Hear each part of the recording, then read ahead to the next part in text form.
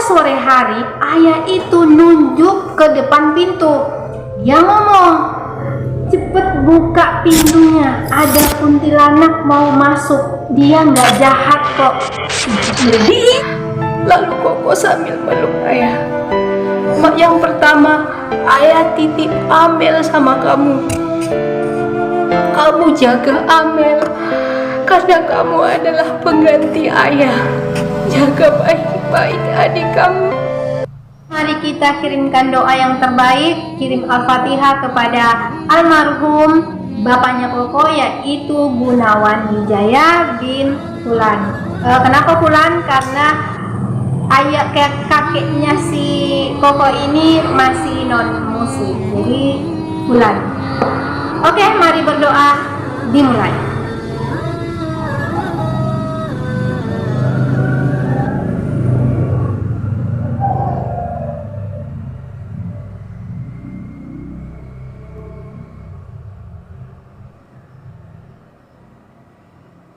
Selesai.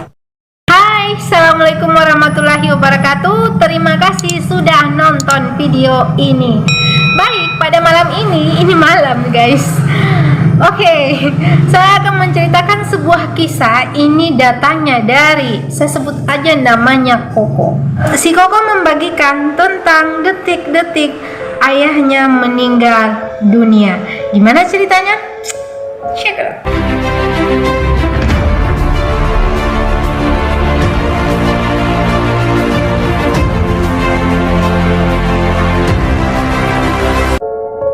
Si Koko menderita sakit pada tahun 2013 sampai 2014. Jadi 2 tahun nih ayahnya menderita, dan dia itu sakitnya paru-paru. Penyakit paru-paru yang dialami si ayah menurut si Koko itu dikarenakan pola hidup ayah itu nggak sehat. Kenapa nggak sehat? Yang pertama, ayah kalau merokok itu dalam sehari 2 bungkus nih habis dari dia. Nah, ada lagi nih pola hidup ayah yang gak sehat, yaitu pada jam malam, jam 7, dia itu pergi mancing belut. Ayah kalau udah mau pulang itu nanti mendekati subuh.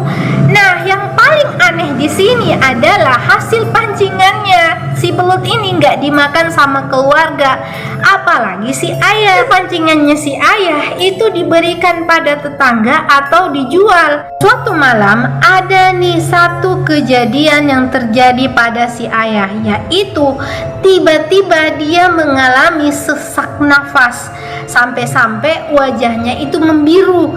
Nah, untung ada adik iparnya si Koko di situ. Adik iparnya si Koko itu ngurut dadanya si ayah, diurut, dan di belakangnya si ayah. Setelah diurut dari adik iparnya si Koko, ayah tuh mulai merasa agak enakan.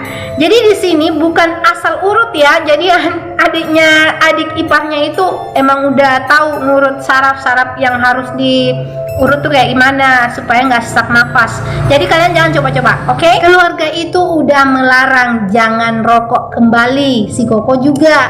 Tapi pada saat dilarang, si ayah itu malah ngambek, malah marah. Jadi ya udah jadi serba salah, ya udah dibiarin. Ada salah satu kejadian lagi nih yang terjadi kepada ayah, dan ini membuat bener-bener shock si Koko. Karena kenapa? Pada saat itu di pagi hari, si Koko ini lagi rapat sama karyawan-karyawan lainnya. Tiba-tiba handphonenya si Koko bunyi. Ternyata yang telepon itu adalah adiknya si Koko. Kok cepet datang, ayah muntah darah. Suara yang habis nangis, kedengeran dia habis nangis. Nah, responnya si Koko itu nggak ada. Dia tuh terdiam, nggak tahu mau ngomong apa. Mendengar hal itu, adiknya si Koko langsung teriak, "Kok cepet?" Iya, saya ke situ." Langsung dimatiin nih sambungan teleponnya, langsung berangkat dan bawa mobil kantor. Saat nyampe, ada beberapa tetangga di rumahnya Koko, dan si Koko langsung masuk kamar nih, ngelihat ayahnya dia sedang rebahan di samping ibunya dia. Si Koko manggil tetangga itu untuk ngebawa ayahnya ke mobil, ngebopong gitu.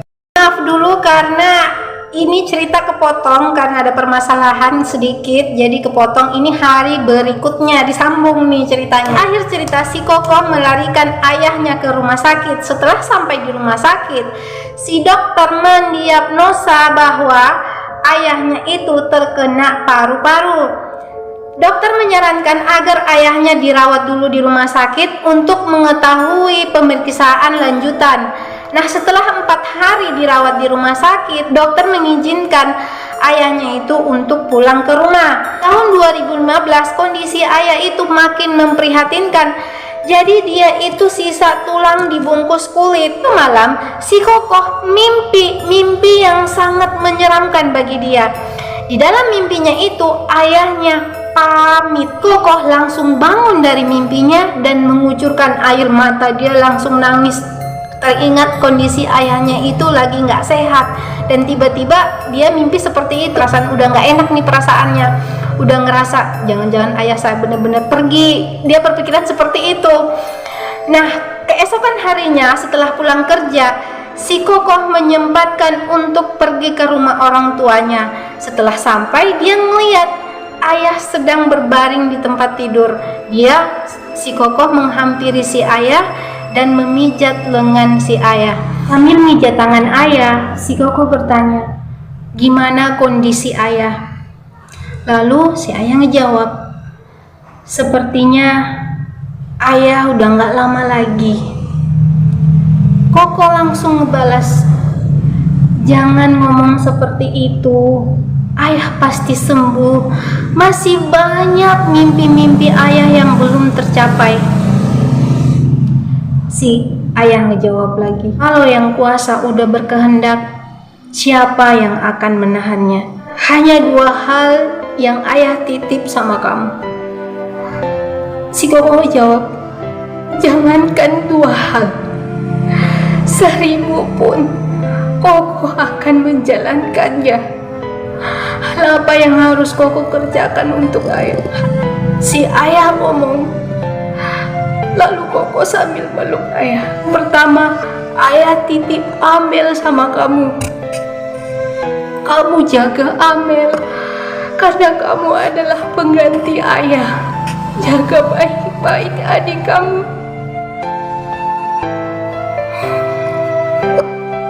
Yang kedua, kamu harus ikut ujian tingkat lagi.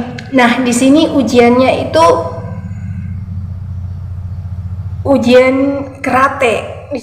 Amin 3, ayah itu tiba-tiba ingin makan makanan Padang. Itu hal yang aneh menurut si Kokoh. Karena kenapa?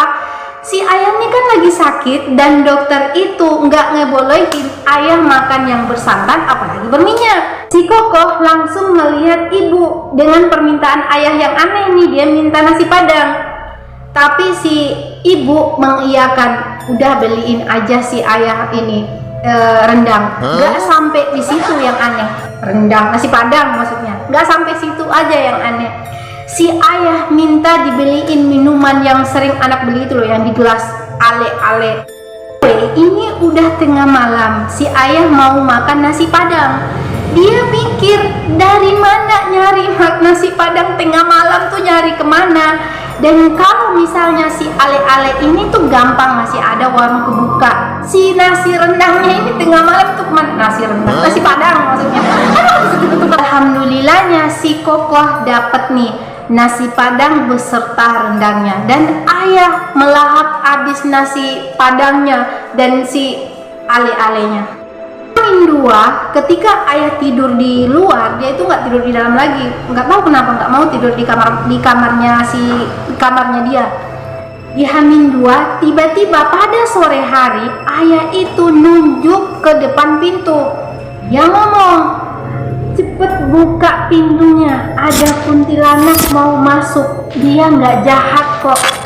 Merinding. Si Kokoh sama si ibu ngedengar hal itu, hanya lihat-lihatan ayah ngomong apa. Si ayah tetap ngomong, "Cepat buka pintunya, si kuntilanaknya mau masuk." Dengar hal itu, karena udah ayah maksa, Terpaksa ibu ngebuka pintunya. Dibuka nih pintunya, padahal udah sore ya kan, harusnya jangan dibuka. Itu pocong sama genderuwo kenapa ngintip-ngintip. Nah, dengan hal itu makin tambahlah bulu kuduk si Koko sama si ibu merinding. Nah, pada jam 1 malam tiba-tiba ayah ngomong, besok siapkan jubah emas ayah. Nah, si ibu ngomong, baju yang mana? Ayah nggak punya baju. Kok ayah punya baju jubah emas? Siapkan besok. Nggak sampai situ aja nih kata-kata ayah. Si ayah ngomong, besok jangan lupa bersih-bersih rumah karena banyak orang yang akan datang. Allahu Akbar. Si Koko makin nggak tenang perasaannya mendengar hal itu. Banyak orang yang datang. Sambil ngaji, sambil meneteskan air mata nih si Koko ngedengar kata-kata ayahnya. H-1 si Koko menerima telepon dari kantor. Dia itu harus berangkat meeting ke Bandung. Nggak lama dari Bandung balik lagi ke kotanya dia nih. Saya nggak sebut namanya kotanya apa ya. Dia balik lagi ke kotanya dia. Dia menyempatkan untuk singgah dulu di rumahnya dia. Rencana mau nanti balik lagi ke rumahnya orang tuanya, tapi dia ngecek dulu ke rumahnya dia. Lagi di rumah tiba-tiba ada suara telepon dan ternyata itu telepon dari adiknya dia. Kok cepet kemari, ayah nggak sadarkan diri. Si Koko langsung jawab, iya saya ke situ. Ibu kemana? Ngomong gitu. Si ibu lagi di rumah, lagi udah gagap nih ya kan, ini udah panik.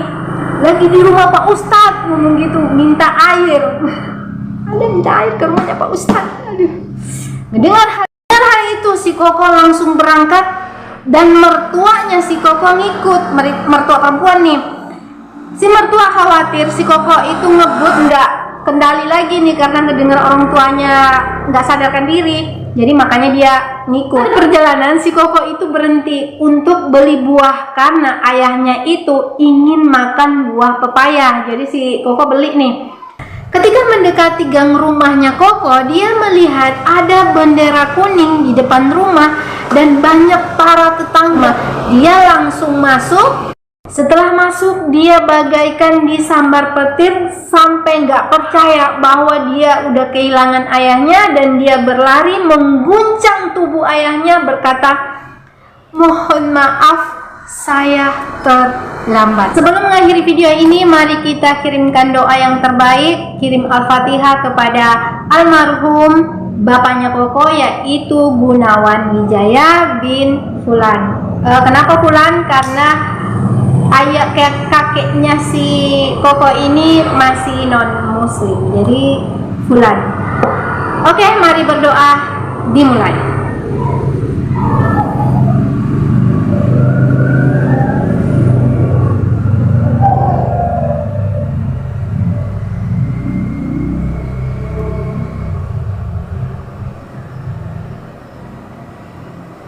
Selesai. Oke, sekian dulu. Assalamualaikum warahmatullahi wabarakatuh. Dadah.